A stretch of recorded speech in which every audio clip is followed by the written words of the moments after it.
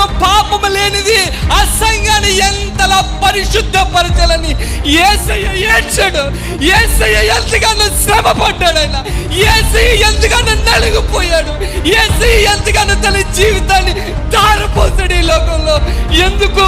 నా భార్య అయినటువంటి సంఘం పవిత్రంగా ఉండాలని, పాడు చేయాలని కాదు, నాశనం చేయాలని కాదు, వ్యభిచారం చేయాలని కాదు, లోకంలో కలిసిపోవాలని కాదు. ఎందుకంటే వివాహం వచ్చే సమయానికి నా భార్య నా పక్కన ఉండాలి. వివాహం వచ్చే సమయానికి నా భార్య పరిశుద్ధురాలిగా ఉండాలి.